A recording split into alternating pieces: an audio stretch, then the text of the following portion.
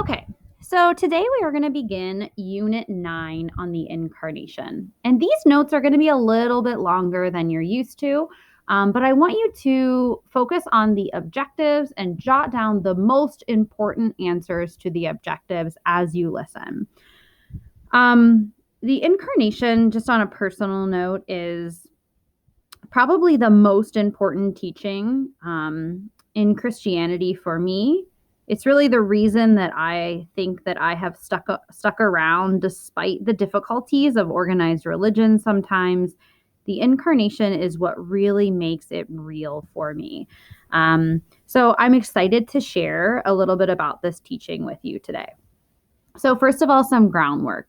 What is the incarnation? I know we talked a little bit about incarnation when we read the beginning of the Gospel of John, where the incarnation is described. But the incarnation is the fact that God, in Jesus, assumed a human nature in order to accomplish our salvation in it. So, in other words, God became a human being. This is what we celebrate on Christmas. This is what we read about in the beginning of the Gospel of John, when John says that all of the words and promises of the Old Testament have been made flesh, okay, in Jesus.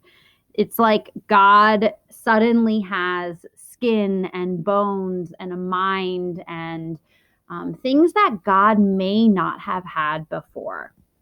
This means that Jesus, the Son of God, is both fully human, 100% human, and 100% divine. Again, this is one of the major mysteries of our faith. And God reveals his love for humanity by becoming one of us. So today we're going to look at how does the incarnation reveal God's love for us. So this is one of the primary and important objectives from this slideshow today. So I want you to focus on an answer for this question. So we're going to begin where we began when we talked about the Trinity. We know that God is love. This is what the New Testament tells us. This is what Jesus tells us. We know that God doesn't just love, or God isn't just the object of love, that God is actually love. Okay? And God is most fully revealed in love as Jesus. Jesus is God's love incarnate, his love made flesh, his love made real, his love made human and tangible.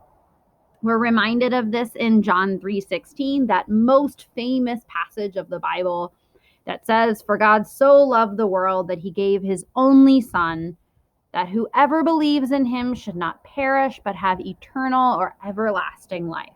This is that passage that's tattooed on athletes' arms, that's on the bottom of your Forever 21 bag, and that all kinds of songs are written about. Because it's telling us that God is love and that God loves us and the world so much that he was willing to give us himself in Jesus. Now, I have some quotes that kind of get at the heart of what this means. This first one from Pope Benedict says, "He becomes a child and puts himself in the state of complete dependence, typical of a newborn child. The Creator, who holds all things in his hands, on whom we all depend, makes himself small and in need of human love." You think of, if you've ever held a baby, how kind of helpless a baby is. They are in need of help with everything. They can't eat, they can't go to the bathroom, they can't do anything on their own. And God became that in Jesus. God became this helpless baby who was in need of a woman, of his mom. And the creator of the universe made himself small in that way. Another one says that God, from the time of Adam, saw that his grandeur provoked resistance in man, and that we felt limited in our own being and threatened in our own freedom. Therefore, God chose a new way. He became a child. He made himself dependent and weak and in need of our love. Now this God who has become a child says to us, you can no longer fear me. You can only love me. So again, God making God's self small, dependent, weak, and in need of our love. This is one of my favorite authors. She also wrote A Wrinkle in Time. And she says, there is nothing so secular, meaning worldly, that cannot be sacred. And that is one of the deepest messages of the incarnation. So you think about our human bodies, the frailty of our human bodies, especially as people are getting this virus and dying. And even the other just kind of like normal things that happen to our bodies, like the horrors of puberty and pimples. And I don't know if you've ever spent time with a toddler, like, our bodies can be kind of gross sometimes. And because God became a human being and had a human body, it's saying that the message of the incarnation is saying that there is nothing that cannot be sacred. There is nothing about our world, our bodies that is separate from God. One of my favorite stories about the incarnation has to do with this anthill analogy. And I think C.S. Lewis first talked about this. But he says that we should imagine that there is this colony of ants who are building a home, an anthill in the middle of a road, in the middle of a highway. Clearly bad idea, right? The ants are going to get run over eventually. But if you as a human were to go over to that anthill and say, ants, move, leave, get out, what would they do? Clearly nothing would happen, right? They wouldn't move. They wouldn't leave because they don't understand you. They don't speak the same language as you. They don't have the same sort of capacity for understanding that you do. So C.S. Lewis says, in order for you to really communicate that message of danger, you would have to lower yourself and become an ant, live and walk with the ants, and tell them of their danger using their own language. In 1 Corinthians, the Apostle Paul says, to the weak, I become weak to win the weak. I have become all things to all men so that by all possible means I might save some. Talking about Jesus here. So clearly you would not want to become an ant. Being a human is far superior to being an ant. And in the same way, I would argue that being God is far superior to being human.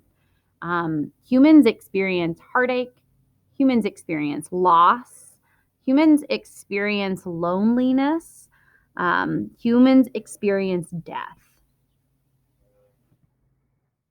Another way I like to think about the incarnation is the story, or is the series on television called Undercover Boss, where like the CEO of a major organization disguises himself or herself as an employee and goes and works with the employee.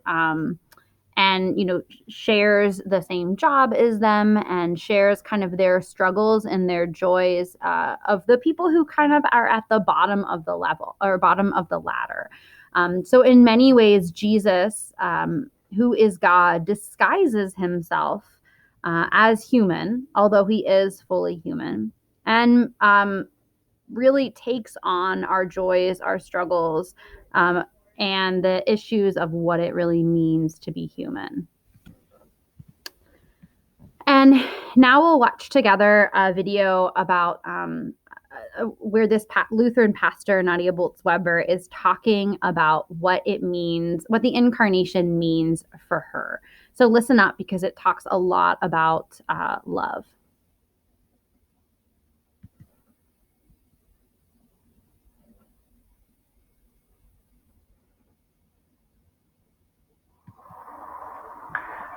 It's so crazy that God would not spare God's self the indignity of something like hiccups, having having a pancreas, right? I mean, there's like this fact that God became flesh, like this stuff, the stuff that disappoints us all the time, that sort of gets in the way and isn't like we think it should be, and ages and gets fat and stops producing insulin, right? I mean, the ways in which our physical bodies can so fumble and disappoint us. And yet, this is what God chose to have. That's incredible to me. And what does that then mean, that we have a human body, that this is the God chose to make God's home within flesh? What does that mean for the fact that I have a human body? And then what does that mean for how much concern I might have for how any human body is treated or trafficked or abused, right? So this means something profound to humanity, that God chose to walk among us in flesh. That is powerful to me.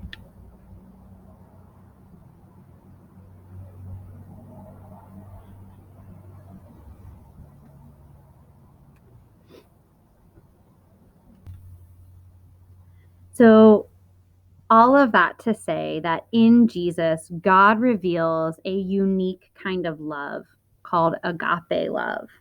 This is a selfless, kind of self-giving, pouring out love, a sacrificial love, different than kind of some of the other loves that are talked about in the New Testament, like family love and romantic love.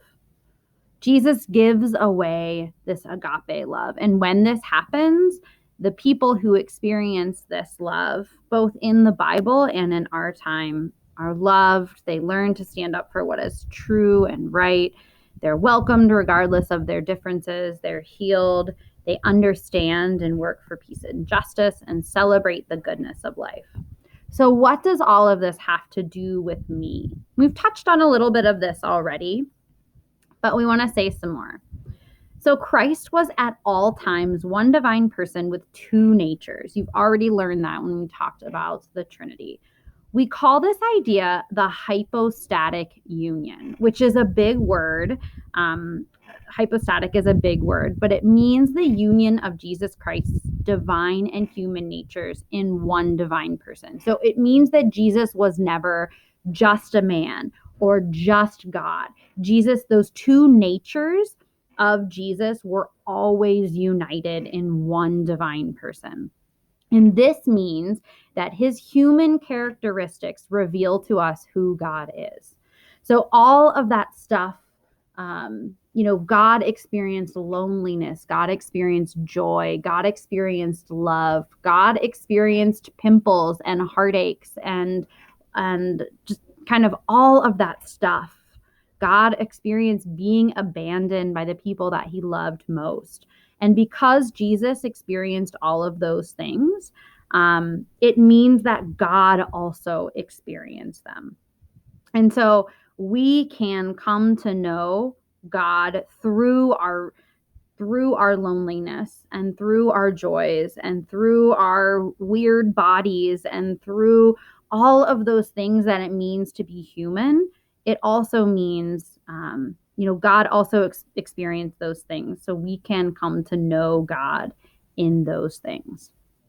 Because of the hypostatic union, we can experience God not only through Jesus' humanity, but also through our own. Our joys, pains, triumphs, and struggles reveal God to us. And Jesus takes these human struggles and unites them to God. This is really the most important, coolest thing, I think, about the incarnation, because it shows us that God was willing to take this on. And because God took this body on, it means that my body and your body and every human body is holy. And yeah, it's just good. All right. I look forward to hearing your answers for part 2 of this assignment. Again, I'm sorry this video is long, but y'all are awesome. Bye.